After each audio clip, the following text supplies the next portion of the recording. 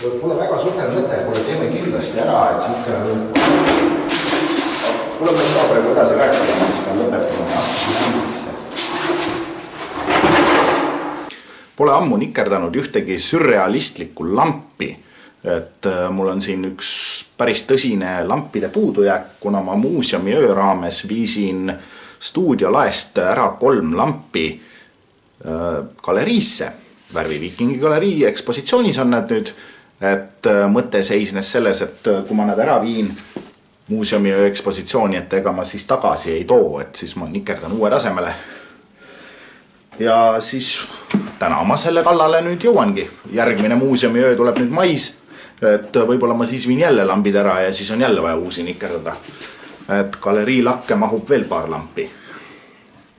Ja leidsin ühe suhteliselt kasutu ämbri ja mõte siis järgmine, et teeks sellele põhjaaugu, viiks siit juhtme sisse ja paneks riputuskoha ja teeks sellest laelambi. Ja siis külgsuunaks paneks mõned lillepotid. Et lillepotid on umbes niisugused, no täpselt niisugused, need samad ongi.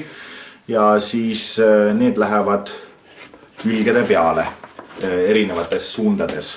Nagu ma mõtlesin 6 tükki panna, aga kuna mul on ainult 3 lambipesa, siis ma panen 3 tükki erinevas suunas, et siis umbes 120 kraadise nurga alla.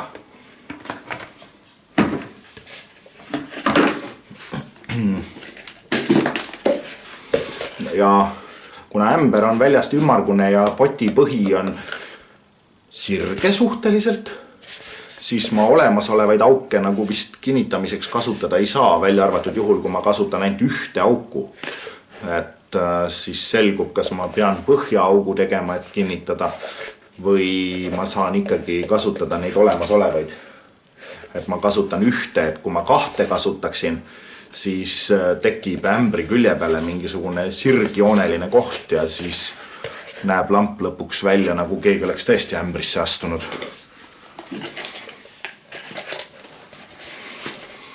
Et selline lihtne, nad jäävad täitma nagu kupli funktsiooni ja siia sisse tuleb pesa ja tagant saab juhtmed välja viia ja ühendada need vooluvõrku. Ma loodan, et siis saab ikka toa valgemaks, mitte et käib pauk ja on Lasnamägi pime. Külje peale tegin augud juurde ja panin voltidega selle pesa kinni. Mul aeg-ajalt koguneb erinevaid lampide komponente ja panin lambid kokku, et nüüd tuleb mingisugune sürrealistlike lampide nikerdamise sari jälle. Mul eelmine sari on YouTube'is olemas, nii et seda saab ka näha. Mul on terve kollektsioon erinevaid sürrealistlikke lampe, mille ma olen nikerdanud. Et osad on mul endisel stuudios ja siis ülejäänud on galerii ekspositsioonis. Et pühapäeval tulla Värviviikingi galeriisse, saab neid näha. Nii, üks on nagu kinnitus valmis, et siis ma hakkan neid vaikselt siin kokku panema.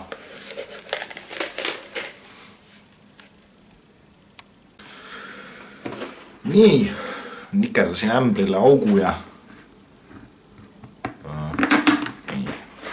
saab poldid läbi panna ja siis saab hakata neid väikseid potikesi. No, nad nii väga väiksed ei ole, aga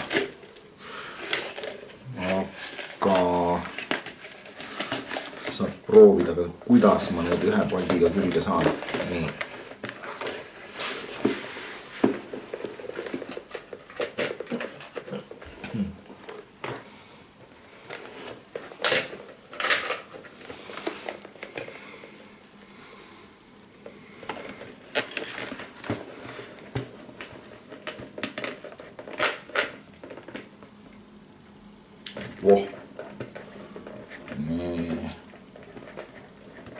Igasuguseid kaskadööritrikki asendeid tuleb võtta, et mingi mutter kinni saada. Vot nii. Tundub vist, et Epp Kärsini jonimassaaži koolitusest oli kasu, et ma saan mingi X kohas mutrit paremini kinni keerata. No see peaks vist mehaaniku hariduses juba kohustuslik olema. Voh, nii. Pingutan hiljem. Voh, esimene olemas. Siis siia tuleb nüüd pirn. Ja no siia sisse tulevad ka. Põhivalgustus tuleb siia. Et siia sisse ma panen, ma arvan, 2 prožektorit. Et selle valgustusvõimsus tuleb võimalikult suur. Nüüd vaatab järgmise koha, et siis tulevad umbes siia ja siia. No ta ei pea täpselt 120 kraadi olema. Peab olema, et on lihtsalt ümberringi 3 külje peal. Et siis on 3 suunas ja 1 on alla suunas. Nagu külg suunas, alla suunas.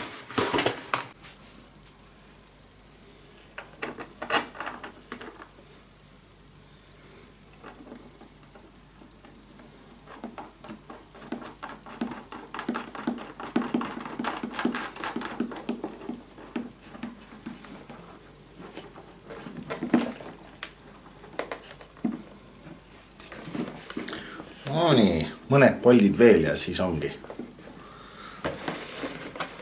Sisse läheb 2 prožektorit. Valgustus, mingi valgusvõim ka pärast. Või noh, ma ei tea, vaatab, see selgub. Ja need prožektorid eriti tugevad ei ole, nad on mingisugused nagu laualambi võimsusega põhimõtteliselt.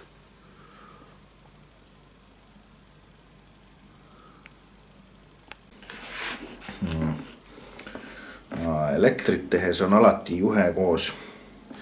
Hea vähemalt, et kopamees pole. Nii, hoidja külge ja ronime lakke. Anna pirni paneme ka.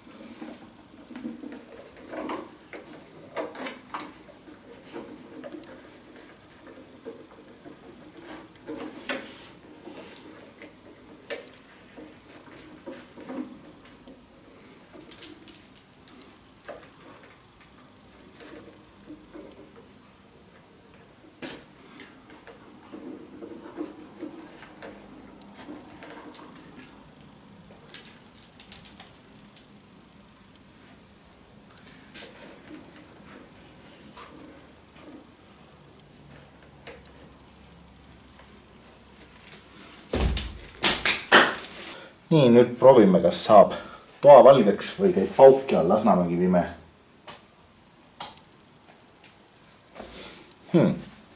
Tundub, et täitsa sai. Jee.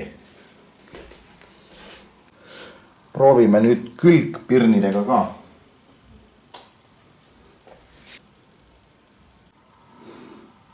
Kohe palju parem, nüüd näeb isegi garderoobi. Isegi saab garderoobi videot teha.